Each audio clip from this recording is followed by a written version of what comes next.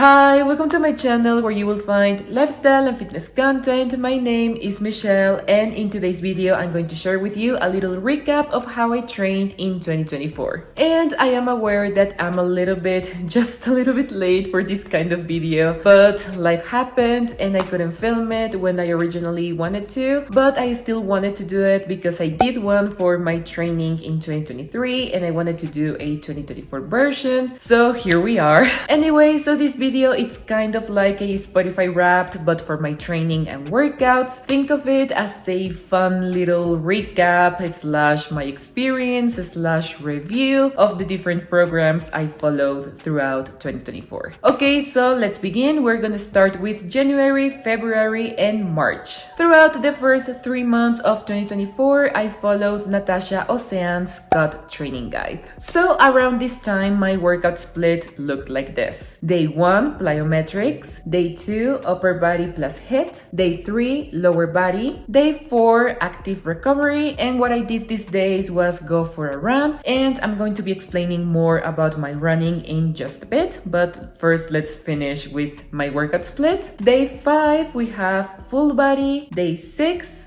HIIT, and finally day 7 was a full rest day. Alright, let's break down my running sessions first. Okay, so I like to go for a run once a week, no matter what program I am following, and I do it because I like it. So whenever I see an active recovery day in any of the programs I'm following, I immediately know that I'm going to be running. And during the first 3 months of 2024, what I did was focus on easy runs. So that meant going for a run at a very relaxed pace. In January, I would go out for a 30-minute run. In February, I had a 25-minute run. And finally, in March, I went back to 30 minutes. Okay, so now let's talk about the gut training guide. This guide is 10 weeks long and it focuses on long-term fat loss, while also keeping you strong and athletic, which is something that I absolutely love. And this guide not only includes the workouts for the 10 weeks, it also includes info about nutrition and training, which can be very useful, especially for beginners. And I also want to mention that this is a gym training guide, which means that if you want to try it, you will need access to some gym equipment. Anyway, this workout program was really fun to do. I really enjoyed it, but I do have to say that it is not really beginner friendly, as it does have some advanced moves thrown in. I mean, if you're a beginner, you can definitely try it, but just be careful with your form. Personally, I would suggest to get some help from a trainer at your gym or from a friend that is more experienced, just so that you're safe. But if you already have some experience, this guide is one that I really recommend if you want to try something different, because something that I love about Natacha's training style is that it's fun, challenging, and varied, which is something that I really appreciate because I really like my workouts to be enjoyable. And for them to be enjoyable, I need them to be a little bit varied, a little bit different, a little, I don't know, like challenging in different ways. Because if I keep doing the same thing over and over again, at least for me, it gets boring. And I know that repeating movement patterns is the most optimal way to see results, but I personally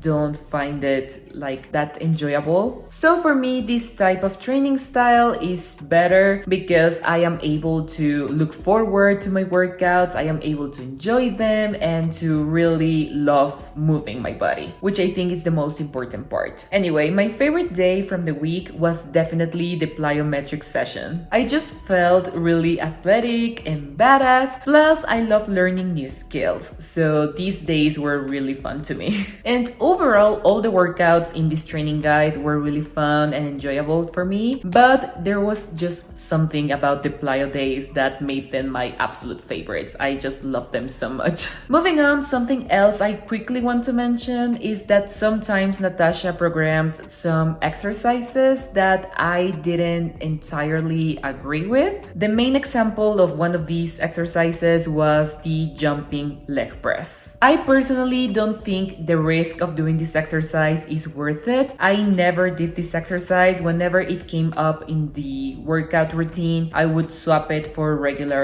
leg press, because even if you're careful while performing this exercise, mistakes can happen. And honestly, I don't think this exercise is that necessary for me. I just think that the risk is simply not worth the reward. And honestly, personally, I would not have programmed this exercise to begin with, but that's just like my thoughts on it. But aside from that, I think that overall this program is amazing. You have cardio, strength, and plyometrics, and personally, I found the workouts really fun to do, like I already said too many times, I think. Alright, so I finished the cut training guide around mid-March. Then I have a deload week, and usually what I do on my deload weeks is that I go for my weekly run and then I rest for the remaining 6 days. But during this deload week, I also did a 1000 calorie challenge for a video, so I'll leave the link down below if you want to check it out after you finish watching this video. So yeah, for this deload week, I worked out 2 days and I rested for 5. Anyway, now let's move on to April, May, and June. Throughout these months, I was following Natacha Océane's Move training guide. But if we're being like super strict about it, I actually started this training guide on the last week of March, but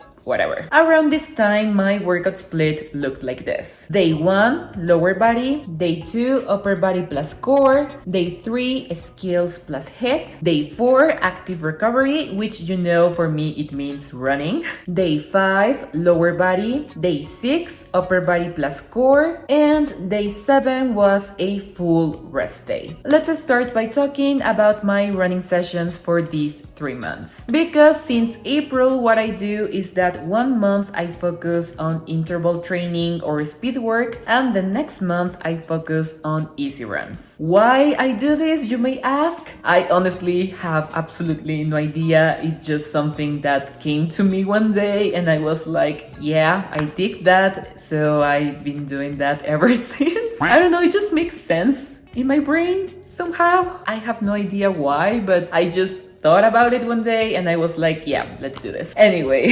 so in April, I was doing interval training. I was following the speed run with Ellie, which is a guided run from the Nike running app. In May, I went back to my easy runs and I was going for a 25-minute run. And finally, in June, I went back to doing speed work and I was following the Find Your Pace guided run from the Nike running app. Okay, let's talk about the Move training guide now. This workout program is 12 weeks long and the goal it has is to help you improve your strength as well as to help you develop functional skills, athleticism, and it can also help you get into calisthenics. And let me just say that this is definitely my favorite workout program from Natacha out of all the ones that I have tried. I have not tried them all. I have tried 6 workout programs from her, but definitely Move is my all-time favorite. I love it so much. I really enjoyed the workouts in this program. I had so much fun doing them. I got to learn some new skills and I also noticed an improvement in my strength to weight ratio thanks to the calisthenics exercises. And actually it was when I was using this training guide that I finally was able to get my first pull-up, which was really exciting to me. I always wanted to do pull-ups, so I was like really happy and proud of myself for being able to finally do this exercise. And I almost forgot to mention, but this is another gym training guide. So if you want to try it, you're going to need access to a gym. So keep that in mind if you are interested in this program. And another thing I almost forgot to mention was that on 3 of my full rest days of this program, I tried some BTS stretching routines for some videos I did, so I'll leave the link to those videos down in the description box if you're interested. But anyway, I don't think it's that important because I did them on my full rest days, but they were stretching routines, so it was nothing too intense. It was not intense. Overall, I think the Move training guide is absolutely amazing. I keep repeating myself, but I honestly think this is like the best training guide I have done from Natacha, and I think it's my all-time favorite training guide that I've ever done. Like, out of all the ones I have done, I think Move is my absolute favorite. I love it. And I wouldn't say this training guide is beginner friendly, but Natacha provides many progressions, so maybe you can ease yourself into the exercises that are difficult for you. Just be careful to avoid any injuries. But if you already have some experience in the gym, but you want to try something different, challenge yourself in a different way, maybe dip your toes a little bit into calisthenics, this is a workout program that I highly recommend for you. Okay, so I finished Move in mid-June, and then I have a deload week. But this was not really a deload week because I wanted to film some videos trying celebrity workouts, so I used this deload week to film those videos. So technically I did work out many days of this week, so it was not really a deload week. Anyway, so for this week my workout split looked like this. Day 1, running. Day 2, Miley Cyrus workout. Day 3, a full rest day. Day 4, workout routine from Jungkook of BTS. Day 5, full rest day. Day 6, training like Namjoon from BTS. And finally, day 7, another full rest day. So yeah, if you're interested in any of those celebrity workouts, I'll leave the link to those also down below in the description box. Okay, now let's move on to July, August, and September. Throughout these 3 months, I did the Epic 2 program by Caroline Girvan. And once again, if we're strict about it, I actually started Epic 2 on the last week of June, but whatever. Anyway, my workout split for these 3 months looked like this. Day 1, HIIT. Day 2, 3, and 4, an Epic 2 workout. And the thing is, Caroline didn't have a specific days for each muscle group or for each part of the body, so that's why I'm not being specific about it. Anyway, let's move on. Day 5 was active recovery, which you know for me it means running. Day 6, another Epic 2 workout. And finally, day 7, a full rest day. Let's talk about my running first.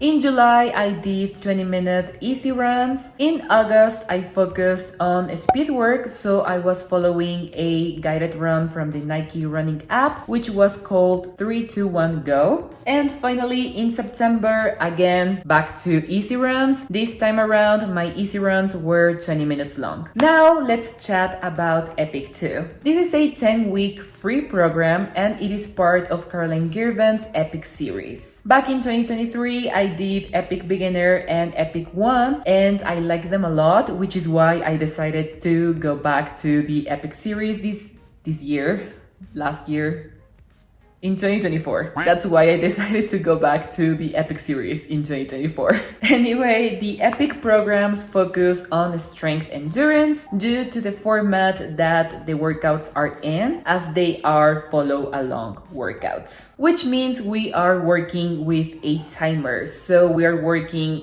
for X amount of time and then we're resting for X amount of time. And usually the rest times are not that long, which is why the workouts tend to be muscular endurance focused. The workouts on Epic 2 range from 30 minutes up to a little bit more than an hour, and the workouts are intense. Caroline definitely kicked my butt more often than not, and I do have to say that sometimes I have to pause the videos because I needed some extra seconds to really gather myself up. And another thing I want to mention is that this program can be done both at the gym or at home, as you don't really need that much equipment. You really just need your dumbbells, a mat, and a chair, and you are golden. You can do the workouts, which I think it's great because it makes the program really accessible. Lastly, I just want to say that Epic 2 is amazing to work on your muscular endurance, and it is a very demanding workout, but I still enjoyed it and I recommend it, especially if you're looking to improve your strength but also your stamina. Okay, I finished the Epic 2 program on the first few days of September, and then I have a deload week. And this time around, I actually rested. I only worked out 2 days out of the 7 days of my deload week. One of the workouts was my weekly run, and the other workout I did during my deload week was actually a stretching routine. It was J-Hope's stretching routine, and I did it for a video that I already posted, so I'll leave the link in the description box if you want to check it out after you finish watching this video. Anyway, now let's move on to September, October, and November. And throughout these months, I followed Caroline Girvan's Epic Heat program. This is another 10-week free program from Caroline Girvan, the queen Caroline Girvan. We love Caroline. And the main difference between Epic Heat compared with the other Epic programs is that the workouts on Epic Heat are shorter, as all of them range from 30 minutes up to 35 minutes. And my workout split around this time looked like this. Day 1, 2, and 3 were an Epic Heat workout, and once again, Caroline doesn't have a specific day for each part of the body, so it varies.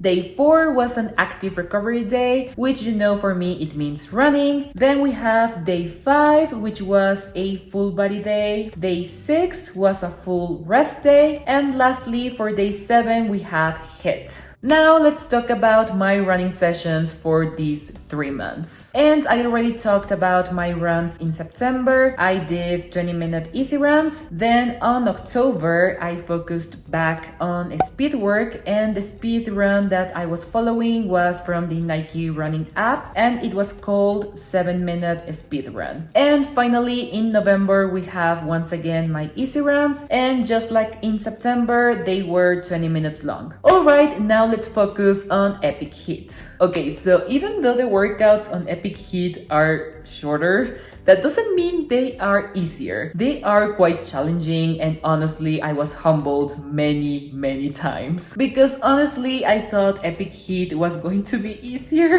than Epic 1 and Epic 2, but I was wrong because Caroline, like I said, kicked my butt. And the focus of this program, just like the other Epic programs, is strength endurance. Due to the short rest times and because the routines push both your strength / muscular power and your ability to maintain a certain amount of effort over time, which is your endurance. And just like the other Epic guides, Epic Heat is totally free. It's follow along. You can get the videos on YouTube, or you can pay for the app. I think it's called CGX, and you can access the workouts and so many other programs that Caroline has. And this program is one that you can do both at home or at the gym, as you don't really need that much equipment. I finished Epic Heat in mid-November, and then I had a deload week. And for this deload week, I just went for my weekly run, and then I rested for 6 days. Okay, now let's move on to the last week of November and the last month of the year, December. Okay, so around this time of year, I was not following any workout plan. I was just vibing.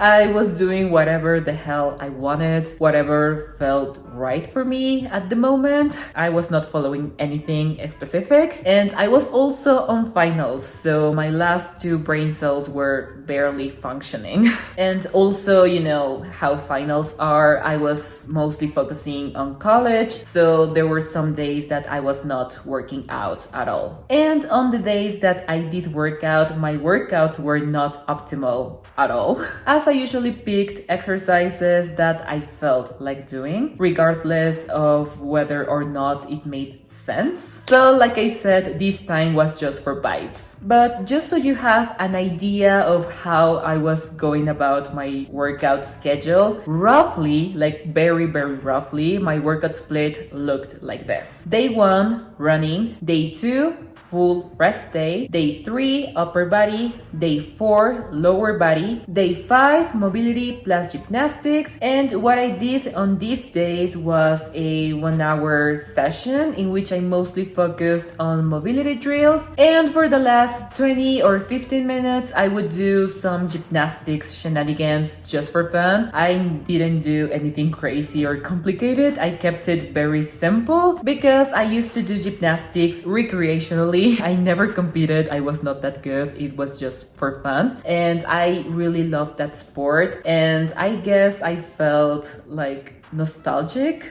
about gymnastics in December, so I felt like doing some gymnastic stuff. And the stuff that I did was cartwheels with both hands, with one hand. I worked on my headstands. I did splits. I tried to get my box splits again because I cannot do them anymore. I couldn't get them back. I was so close to get them back, but I couldn't. I also practiced my handstands because I cannot hold them anymore, so I tried to work a little bit on my handstands. I also was not able to get my handstands, so yeah, it was just for fun, and it was not serious. I was just, like I said, doing gymnastic stuff because I missed it. So yeah, let's go back to my workout split. On day 6 I have a full rest day, and finally on day 7 I have a full body day. For my running in November, like I already said, I was doing 20-minute easy runs. And lastly, in December, I focused back to speed work and I followed the guided run called No Time, Go Time by the Nike Running Club app. And here's the thing. On December, I just ran once in the whole month, and I just followed the workout split that I showed you until mid-December. And